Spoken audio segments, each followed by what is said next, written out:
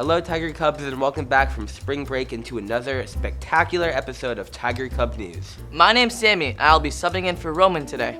We're happy to say we have a jam-packed episode, so no better way to start it than sports! Hey Tiger Cubs, welcome back from spring break. Starting off, we have a video dedicated to the girls' soccer team.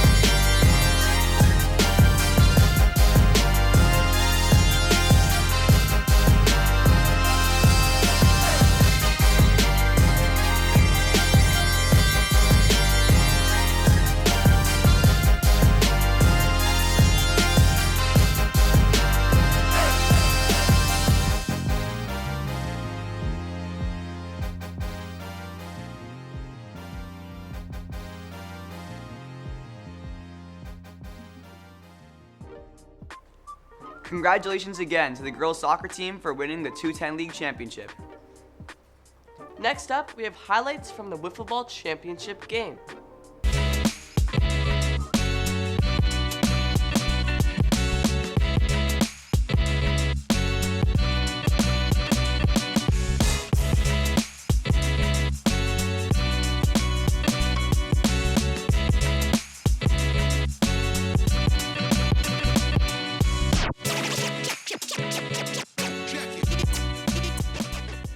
Congrats to players in Paris for winning the finals.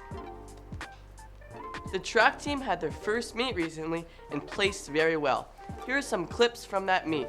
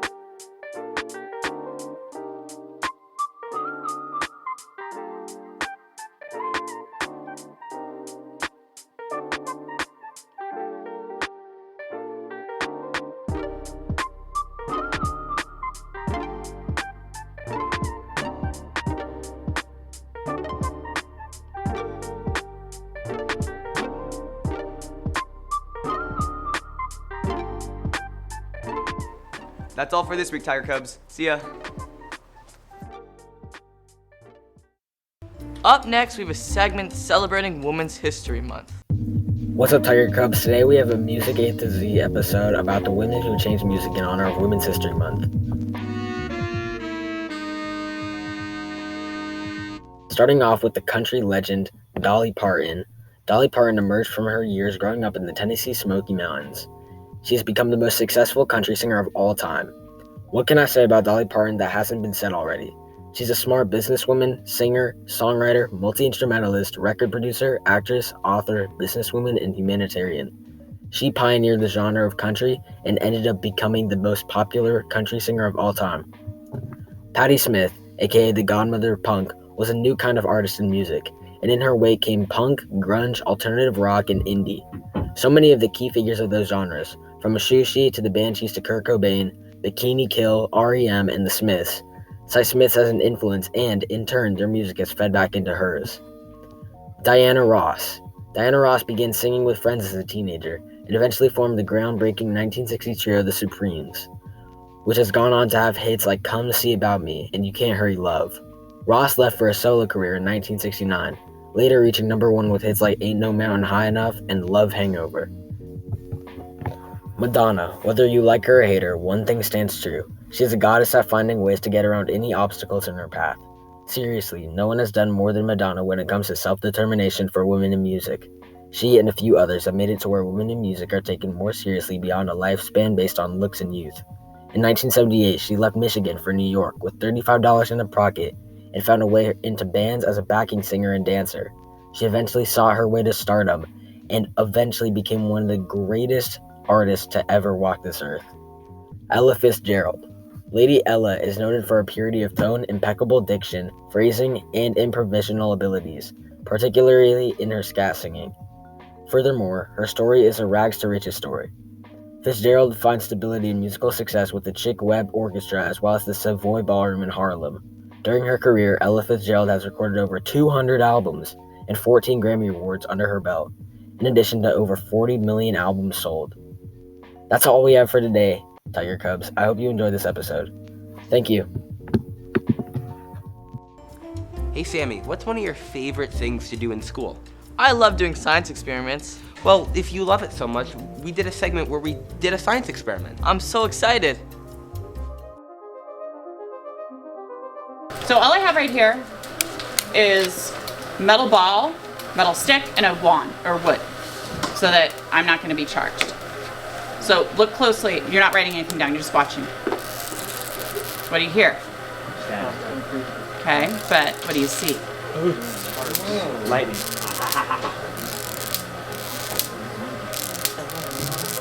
Okay, so I'm going to tell you all, look. Don't write anything. I want you to look. Okay? They're not gonna hit your face. My head. Top? Okay, here we go. So now if we look, because Ethan, you can tell the difference with the sweatshirt. So we look at that. Now Ethan, do me a favor, shake your head. Kevin, touch the end. Touch the strings. See, she's blind. She's blind. I felt it too. Ow.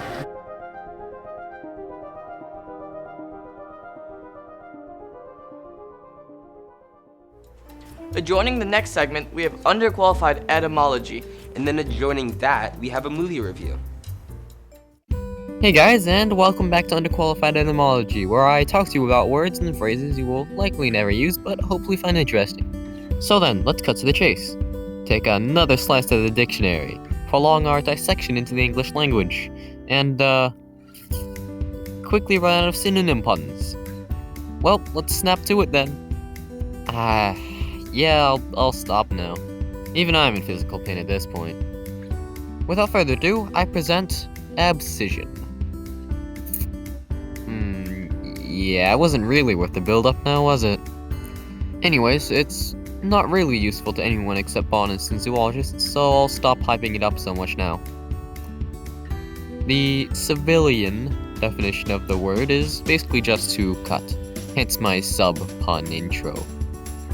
But the scientific definition is exponentially more complicated and interesting.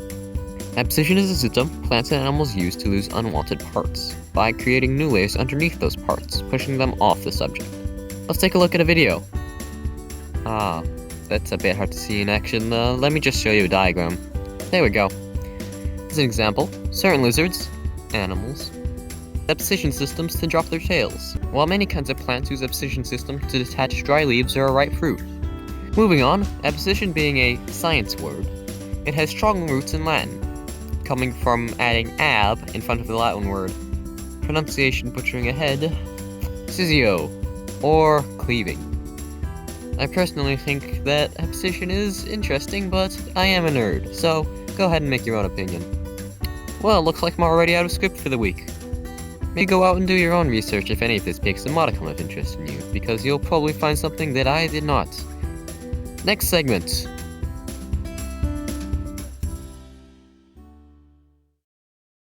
Hello, and welcome back to Decaying Like a Pumpkin. This week we will be reviewing the movie Fred 2, Night of the Living Fred.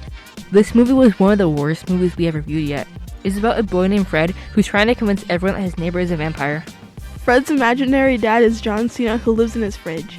One of the things that really ruined the movie was how annoying Fred's voice was. For some reason, the producers decided to edit his voice to make it sound like he had just sucked the helium out of a balloon. This movie was honestly wasted potential as there are a lot of famous actors in it, but the plotline was inconsistent. This movie was really fast-paced and at times made it hard to keep up. Some of the things in this movie were unintentionally funny. Even the jokes were so bad that they were funny. I don't think anything in this movie went the way the creators intended it to go. We rate this movie a 0.3 out of 10 only because the acting was okay. Next up, we have some hidden history. Let's see what's hiding.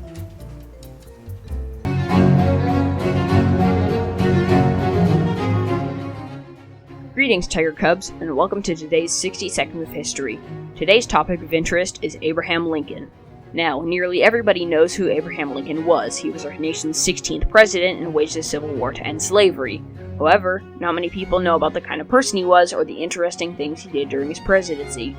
First of all, he was a self-taught lawyer, and according to the National Museum of American History, he served 4 terms in the Illinois State Legislature and 1 term in the House of Representatives in 1847. He even solved some criminal cases. As you will come to know, this guy has an impressive resume.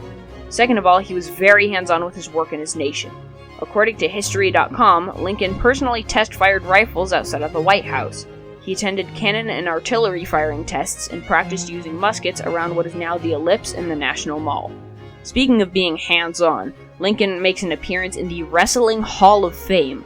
Despite his thin, lanky figure, he put up a good fight in the ring. Not only could he give you a convincing argument in the courtroom, he could wrestle you while doing so. Defeated only once in 300 matches, Lincoln was given the honor of Outstanding American in the National Wrestling Hall of Fame. That's it for our 60 Seconds of History. Have a good one.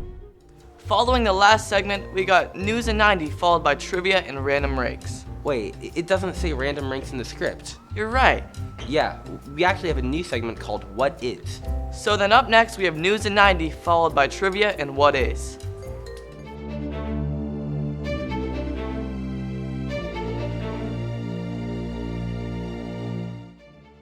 Hey Tiger Cubs, I'm Abigail and welcome back to your weekly news minute. To start off, in political news, former President Donald Trump has been indicted or accused of a crime. The indictment was charged due to allegations regarding unknown payments. This is the first time a former president has been indicted. He faces around 30 charges, although they are not publicly known. Moving on, in weather news, there have been many storms throughout the midwestern and southern regions of the country. The death toll has risen to over 30 and tornadoes have destroyed many parts of different cities. More locally, a lake that has been dormant has recently reappeared in the Tulare Basin. This is all due to the flooding and rain California has been experiencing. This lake has brought lots of problems to farmers and the agriculture industry. Lots of structures have been damaged and there's been much debate over how to fix this. However, Governor Newsom has signed an order to help fix this issue. That's all for this week, Tiger Cubs. I'm Abigail, and this is your weekly news minute.